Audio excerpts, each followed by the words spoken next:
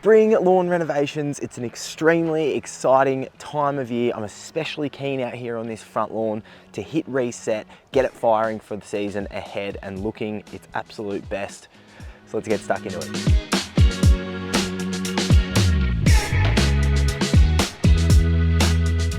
Yes, g'day and welcome to a new video. Us lawn fanatics, we look forward to this all throughout the cooler months and even through autumn and things as well. We are super keen to get in and rip into our lawn renovations, and I'm hitting this front lawn with a full scale renovation that you're gonna see in this video today, all together in the one place, starting off with scalping.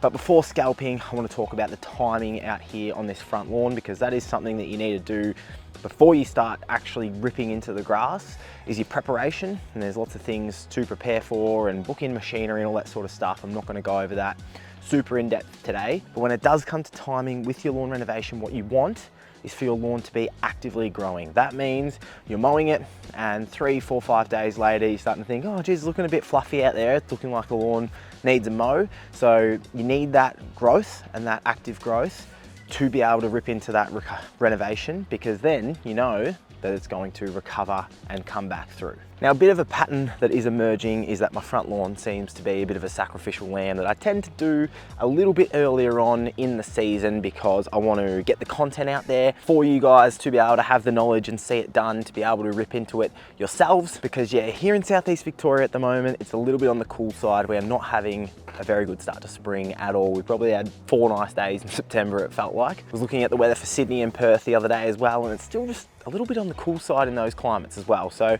definitely this season it's been a slow start, and potentially holding off another 2-3 weeks when the lawn and when the soil temperatures are a lot nicer. It's probably going to lead you to a better result than this sort of speed of recovery that I'm probably going to get here. But stage 1 of lawn renovation is scalping. And that's what I've already started over here. So this is the new utility mower that I picked up off Facebook Marketplace just over winter. I paid about 160 bucks for it. It's a little bit old. It's not in the most amazing condition, but it's a 2-stroke weapon that is powering through this grass a lot better than in previous years when I've been using just my normal mass sport rotary mower, which can cut low. But I was just finding it was a real physical sort of effort to be able to push that mower through, just with the sides of the actual mower deck and stuff getting caught in the grass and caught on little bumps and things like that in the lawn, that it was probably a lot more of a physical effort and not suiting me as much. So this so far has been really good. It's been a breeze on my body, which is one of the main things. It's probably not ripping down, you know, it's probably not as easy to get down to dirt. It's probably wanting to cut out here and there when it is hitting parts where it's cutting to dirt a lot more. But overall, a massive upgrade for me in my lawn renovation process, especially for my back lawn, just with the size of it. So I need to come across here with my rotary mower and pick all this stuff up. This is what we want. We want to be cutting down this kikuyu super low. Out on the nature strip is where it's probably the most uneven, it feels like so far. And yeah, parts like this where it's, you know, really exposed, and then parts like this where it's still a bit of green. But something about your scalp is that any parts that are the greenest, once you finish scalping, they are generally the lowest parts. The mower's not getting to them, so that helps you when you get to top dressing. The green parts that are still left over, they're the low bits.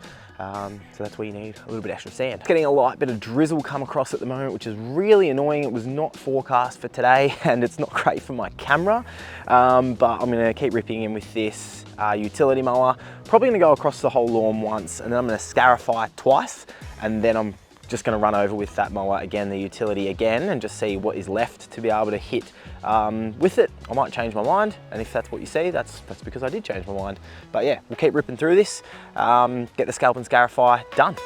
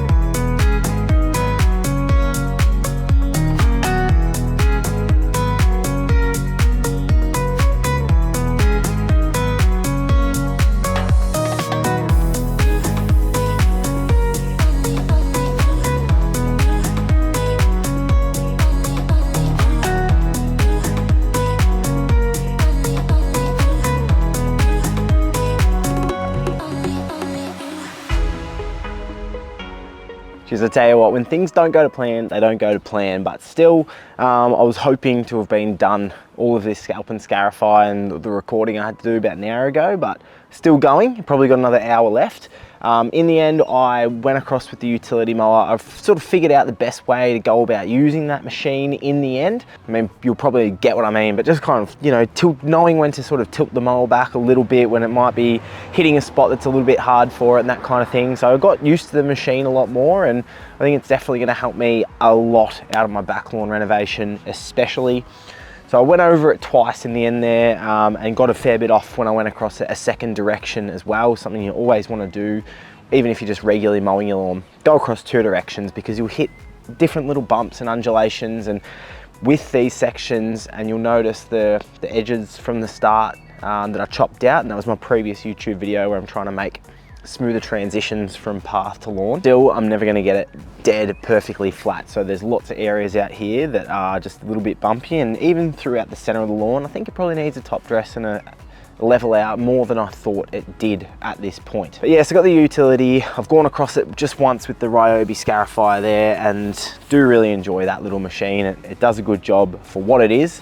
And so yeah, it's pulling up some extra nice material there, thinning things out and just getting rid of some of these excess runners and things like that. I think the feeling that I like with the scarifying part of the process is that it's just really freshening things up. It's digging out all the thatch. There's not as much thatch in this lawn because it hasn't been a thriving, healthy grower for a long time. So it's not as thatchy as my back lawn gets, which grows really well and probably has more of that organic matter breakdown.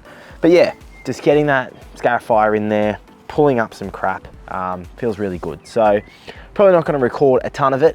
It can get a bit monotonous, but I'm just going to run across here with that rotary mower again, clean it all up, scarify again in a different direction. So again, hitting it at a different angle to pull up more crap, more debris. And then tomorrow morning will be aeration. So really looking forward to that.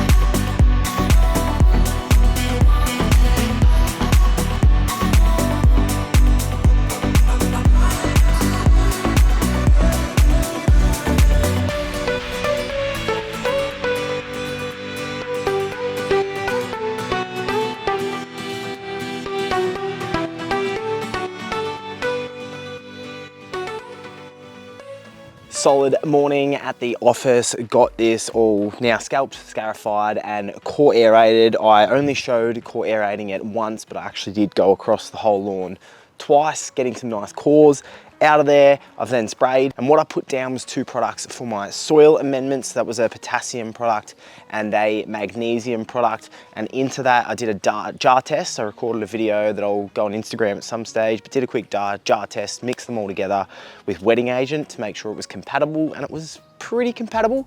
I wish I had have mixed them in a bucket separately and let it fully combine before I put it in the sprayer. I probably put it all in the sprayer a bit too soon, but yeah, got that all sprayed out, so that's going to help with some of my nutrients in my soil, the wetting agent to be absorbing water into the soil profile throughout this recovery process. So love wetting agents throughout the season, and definitely at reno time when you are watering a lot. So now that things are looking all cleaned up, you can see some spots where it has scalped in quite hard, but you can see a few too many tinges of green, which I'm pretty sure I sort of talked about yesterday. You know, it would have been nice to just get that that utility mower a little bit lower. But anyway, I'm gonna get this aerator back to Kennards, and then I've got my sand. So this is a really nice whitewashed sand. So what you're looking for is pretty much that, you know, it'll hold a shape sort of, but then it'll crumble apart a bit as well. It's a good mixture of coarse and fine particles always make sure you go down to the landscape supply place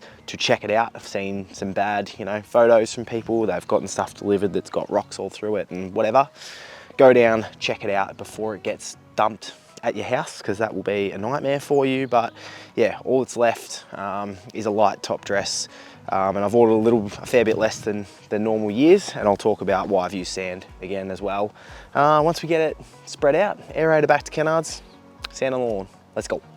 Actually, before we do get to that one last little edit of chucking this sand out and then leveling it out, one thing I will say about applying the products is that it's something that I think ultimately comes down to personal preference as to whether you apply your products before or after top dressing. I personally, especially with granular products, I really like the idea of it getting right down into those core holes.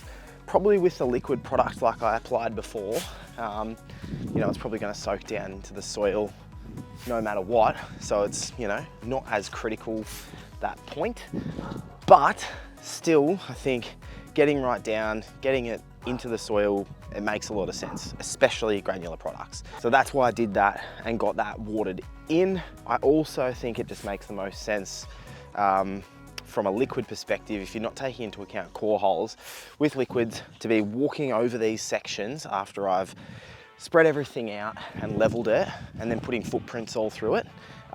That's just annoying because you've done all that work to make it nice and level. So yeah, for me, get the products down. If it has to be watered in, water it. I probably could have gotten away with top dressing and then watering, but just makes me feel more comfortable. Just water it in, let it dry out while I go and take that machine back. And yeah, job done.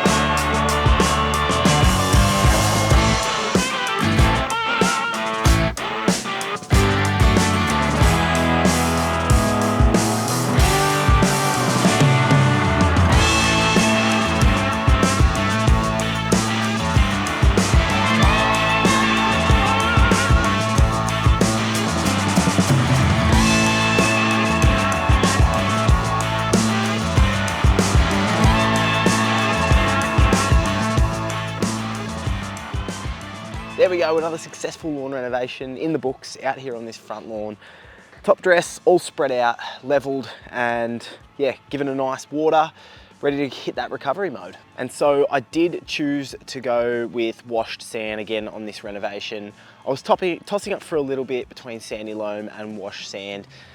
To be honest, in the end, I was umming and ahhing about it, and then it was sort of 2 days ago, and I was like, crap, I need to order it. And I was in a suburb that was near a place that I order from, and they don't have that sandy loam sand there. Daisy's the location I went to. Another location that's a similar distance from me the other way has that sandy loam. So I was just like, you know what?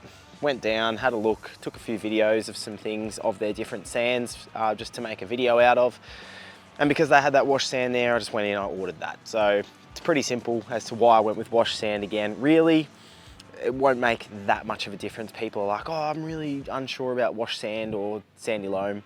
Honestly, it's not going to change things that much. Now look, my top dress last year, I think in my spring reno, was far too heavy. But across the board out here, this level of top dressing, I feel like sometimes if you just go way too heavy and you're just flicking sand across the top and you're not actually pushing it into any low spots, more so if you're actually pushing it into a core hole, or there's a little dip and you're actually pushing the sand into that spot and it's holding into that spot. If it's just really loose, I feel like it moves around a lot more in the weeks to come and everything as well. It's just, I don't know, I just don't feel, there's a certain point where it's like, yep, that's enough. Now you're just adding more material for the sake of it. So rather than order 2 cubes like I did last season, I ordered 1.25 this season, and this is what I've got left over, which feels like a heap. Probably estimate it's like half a cube that's left over, but the actual volume of top dress that is on here, I am really happy with. And I was sort of deliberating about it while top dressing, like 1 cubic meter per 100 square meters. Like, I don't know, I think maybe that might need to be rethought as sort of that recommended amount of top dress that we say, yep, 1 cube per 100. I don't know, maybe that's a bit too much. Maybe my lawn was a lot more level than I thought, but to be honest, when I was doing the renovation, I felt like it was a lot more bumpy than I thought. So yeah, I need to consolidate my thoughts on that a little bit. But now it is just time for recovery watering. So I'll be getting out here probably a couple of times a day. We're meant to have a bit of rain at the end of this week, and because I haven't top dressed as heavily as I did last year, and because it's a lot healthier, and because I've already started those soil amendments today with the magnesium and the potassium, I feel like I'm gonna get a lot faster recovery, which is really, really nice. Stay tuned for updates both here and on Instagram. But yeah, thank you for watching that video. Hopefully you got something out of it and enjoyed it. Happy reno season, and I'll see you in the next one. Cheers.